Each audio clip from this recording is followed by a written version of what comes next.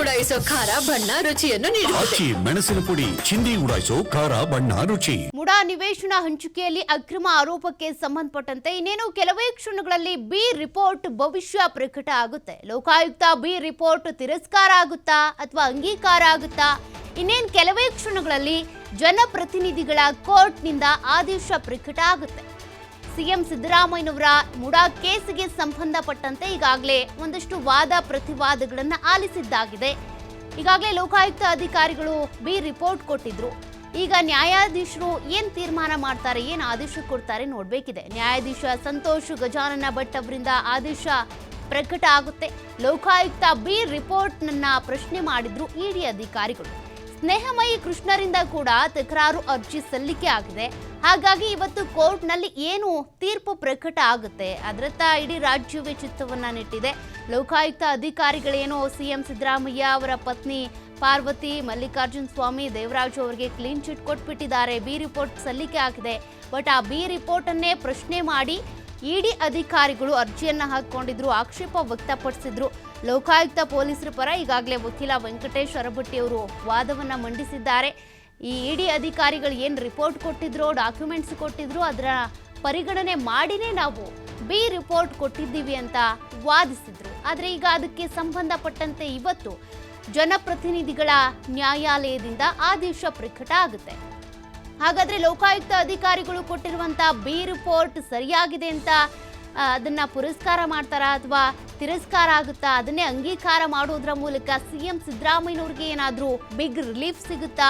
ಅದನ್ನ ನೋಡ್ಬೇಕಿದೆ. ಈಗಾಗಲೇ ಈ ಕೇಸಿಗೆ ಸಂಬಂಧಪಟ್ಟಂತೆ ಏನೇನು ಡೆವಲಪ್ಮೆಂಟ್ಸ್ ಆಗಿದೆ ಅನ್ನೋದು ನೀವು ಗಮನಿಸಿದ್ದೀರಾ. ಎಲ್ಲರ ತನಿಖೆ ಆಗಿದೆ, ಅದಕ್ಕೆ ಸಂಬಂಧಪಟ್ಟಂತೆ ದಾಳಿಗಳು ಆಗಿದೆ. ಆ ಸಂದರ್ಭದಲ್ಲಿ ಒಂದಷ್ಟು ದಾಖಲೆಗಳನ್ನು ಕೂಡ ವಶಕ್ಕೆ ಪಡ್ಕೊಂಡಿದ್ದಾರೆ. ಇಷ್ಟೆಲ್ಲ ಆದ ನಂತರ ಲೋಕಾಯುಕ್ತ ಅಧಿಕಾರಿಗಳು ಬಿ ರಿಪೋರ್ಟ್ ಕೊಟ್ಟರು. ಬಟ್ ಅದಕ್ಕೆ ತದ್ವಿರುದ್ಧವಾಗಿ ಇಡಿ ಅಧಿಕಾರಿಗಳು ಒಂದಷ್ಟು ಡಾಕ್ಯುಮೆಂಟ್ ಸಂಗ್ರಹಣೆ ಮಾಡಿಕೊಂಡು ಅವರು ತನಿಖೆಯನ್ನು ಮುಂದುವರಿಸಿದ್ರು. ಅವರು ಈಗ ಬಿ ರಿಪೋರ್ಟನ್ನು ಪ್ರಶ್ನೆ ಮಾಡಿ ಅರ್ಜಿ ಸಲ್ಲಿಕೆ ಮಾಡಿಕೊಂಡಿರೋದು. ಮತ್ತೊಂದು ಕಡೆ ಖಾಸಗಿ ದೂರುದಾರ ಆಗಿರುವಂಥ ಸ್ನೇಹಮಯಿ ಕೃಷ್ಣ ಅವರು ಕೂಡ ತಕರಾರು ಅರ್ಜಿಯನ್ನ ಸಲ್ಲಿಕೆ ಮಾಡಿಕೊಂಡಿದ್ದಾರೆ. ಹಾಗಾಗಿ ಇವತ್ತಿನ ಒಂದು ತೀರ್ಪು ಏನಾಗಬಹುದು? ಇನ್ನೇನು ಕೆಲವೇ ಕ್ಷಣಗಳಲ್ಲಿ ಬಿ ರಿಪೋರ್ಟ್ನ ಭವಿಷ್ಯ ಪ್ರಕಟ ಆಗುತ್ತೆ ಜನಪ್ರತಿನಿಧಿಗಳ ನ್ಯಾಯಾಲಯದಲ್ಲಿ.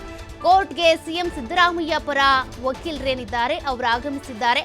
ಆದೇಶಕ್ಕೆ ಸಹಿ ಹಾಕ್ತಿರುವಂತಹ ನ್ಯಾಯಾಧೀಶ ಸಂತೋಷ್ ಗಜಾನನ ಭಟ್ ಅವರು ಇನ್ನೇನು ಕೆಲವೇ ಕ್ಷಣಗಳಲ್ಲಿ ತೀರ್ಪನ್ನ ಓದ್ತಾರೆ ನ್ಯಾಯಾಧೀಶರು. ಆ ತೀರ್ಪಲ್ಲಿ ಏನಿದೆ ಅದೇ ಕುತೂಹಲ.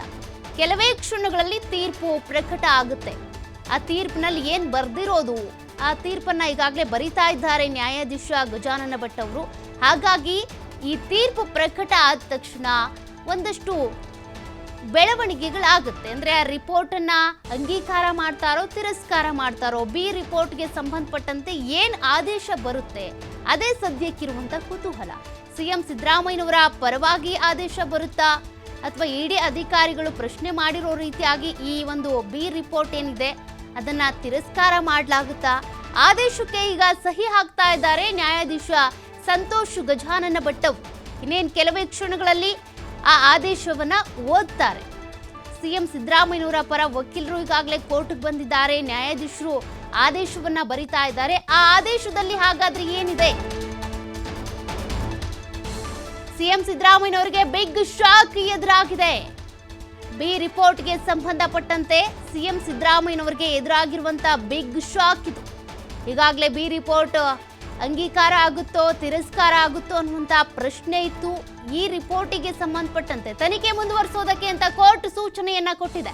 ತನಿಖೆಯನ್ನ ಮುಂದುವರಿಸಿ. ಬಿ ರಿಪೋರ್ಟ್ ಅಲ್ಲಿಗೆ ಪೂರ್ತಿಯಾಗಿ ಅಂಗೀಕಾರ ಆಗಿಲ್ಲ. ಇನ್ನೂ ಕೂಡ ಕೆಲವೊಂದಷ್ಟು ಡೌಟ್ಸ್ ಇದ್ದಾವೆ, ಕೆಲವೊಂದಷ್ಟು ಗೊಂದಲಗಳಿದ್ದಾವೆ. ಹಾಗಾಗಿ ತನಿಖೆ ಮುಂದುವರಿಸಬೇಕು ಅನ್ನುವಂಥ ಕಾರಣಕ್ಕೆ ಕೋರ್ಟ್ ಸೂಚನೆಯನ್ನ ಕೊಟ್ಟಿದೆ. ಇನ್ನು ತನಿಖೆ ಮುಂದುವರಿಬೇಕು ಅಂತ.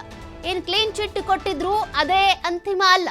ತನಿಖೆ ಇನ್ನೂ ಕೂಡ ಮುಂದುವರಿಬೇಕು, ಇನ್ನೂ ಕೂಡ ದಾಖಲೆಗಳ ಸಂಗ್ರಹಣೆ ಆಗಬೇಕಿದೆ. ಹೀಗಾಗಿ ಸಿಎಂ ಸಿದ್ದರಾಮಯ್ಯನವರಿಗೆ ಇದು ಬಿಗ್ ಶಾಕ್.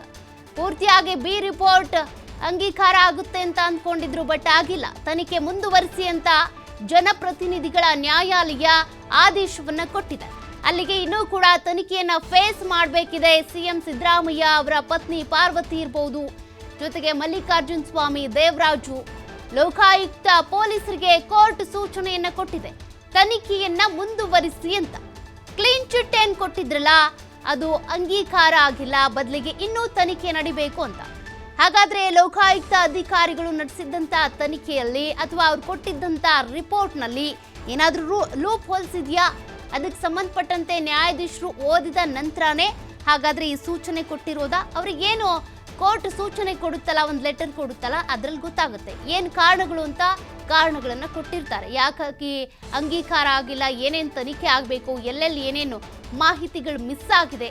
ಇಡಿ ತಕರಾರು ಅರ್ಜಿಯನ್ನ ಸಲ್ಲಿಸಬಹುದು. ಇಡಿ ಅಧಿಕಾರಿಗಳಿಗೆ ಕೊಟ್ಟಿರುವಂತಹ ಮಾಹಿತಿ ಇದು. ಬಿ ರಿಪೋರ್ಟ್ ಬಗ್ಗೆ ಆದೇಶ ಸದ್ಯಕ್ಕಿಲ್ಲ. ಇಡಿ ಅಧಿಕಾರಿಗಳು ತಕರಾರು ಅರ್ಜಿಯನ್ನ ಸಲ್ಲಿಸಬಹುದು.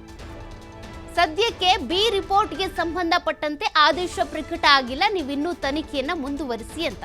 ಅದು ಅಂಗೀಕಾರವೂ ಅಲ್ಲ, ತಿರಸ್ಕಾರವೂ ಅಲ್ಲ, ಮಧ್ಯದಲ್ಲಿದೆ. ಇನ್ನು ರಿಪೋರ್ಟ್ ಅದು ಅಂತಿಮ ಅಲ್ಲ, ನೀವು ತನಿಖೆಯನ್ನ ಮುಂದುವರಿಸಬೇಕು ಅಂತ ಲೋಕಾಯುಕ್ತ ಅಧಿಕಾರಿಗಳಿಗೆ ಸೂಚನೆ. ಮತ್ತೊಂದು ಕಡೆ ಇಡಿ ಅಧಿಕಾರಿಗಳು ತಕರಾರು ಅರ್ಜಿಯನ್ನ ಸಲ್ಲಿಸಬಹುದು.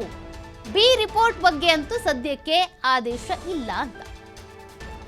ಮೇ 7ನೇ ತಾರೀಕು ಅರ್ಜಿ ವಿಚಾರಣೆ ಮುಂದೂಡಿಕೆ ಆಗಿದೆ. ಮೇ 7ನೇ ತಾರೀಕು ಇದಕ್ಕೆ ಸಂಬಂಧಪಟ್ಟಂತೆ ಮತ್ತೆ ಅರ್ಜಿ ವಿಚಾರಣೆ ನಡೆಯುತ್ತೆ. ಆ ಸಂದರ್ಭದಲ್ಲಿ ಇನ್ನು ಏನೇನು ಹೇಳ್ತಾರೆ ಲೋಕಾಯುಕ್ತ ಅಧಿಕಾರಿಗಳು, ಮತ್ತೇನು ತನಿಖೆ ನಡೆಸಿಕೊಂಡು ರಿಪೋರ್ಟ್ ಅನ್ನು ಸಲ್ಲಿಕೆ ಮಾಡ್ತಾರೆ, ಅಷ್ಟರ ಒಳಗಡೆ ಇಡಿ ಅಧಿಕಾರಿಗಳು ಏನಾದರೂ ತಕರಾರು ಅರ್ಜಿಯನ್ನ ಸಲ್ಲಿಕೆ ಮಾಡ್ತಾರಾ, ಅದರಲ್ಲಿ ಅವ್ರೇನು ಡಾಕ್ಯುಮೆಂಟ್ಸ್ ಅನ್ನ ಸಲ್ಲಿಸ್ತಾರೆ, ಅದಕ್ಕೆ ಸಂಬಂಧಪಟ್ಟಂತೆ ಮತ್ತೇನೇನು ಬೆಳವಣಿಗೆಗಳಾಗುತ್ತೆ ಅನ್ನೋದನ್ನ ಕಾದು ನೋಡಬೇಕಿದೆ.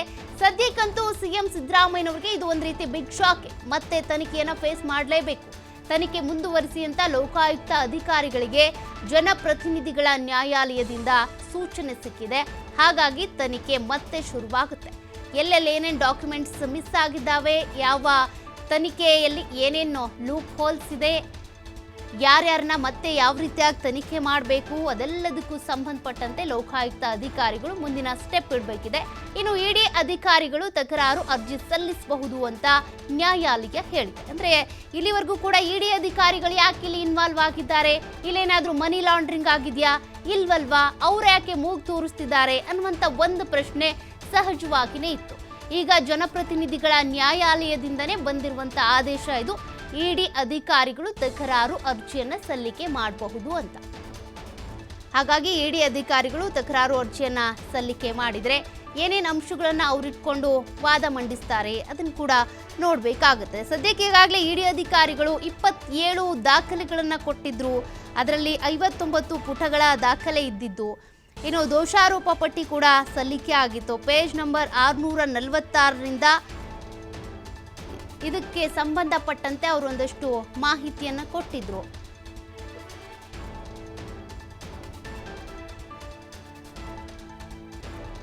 ಇನ್ನು ಇದಕ್ಕೆ ಸಂಬಂಧಪಟ್ಟಂತೆ ಈಗಾಗಲೇ ನಮಗೊಂದಷ್ಟು ಅನುಮಾನಗಳಿರ್ತವೆ, ಏನಾಗ್ಬೋದು ಏನು ಅಂತ. ಮಾಹಿತಿ ಕೊಡೋದಕ್ಕೆ ಅಂತ ನಮ್ಮ ಜೊತೆಗೆ ಸುಪ್ರೀಂ ಕೋರ್ಟ್ನ ವಕೀಲರಾಗಿರುವಂಥ ಸಂಕೇತ್ ಏಣ್ಗಿ ಸರ್ ಇದ್ದಾರೆ. ಸರ್ ನಮಸ್ತೆ. ನಮಸ್ಕಾರ ಸರ್, ಈಗಾಗಲೇ ಸಿಎಂ ಸಿದ್ದರಾಮಯ್ಯನವರಿಗೆ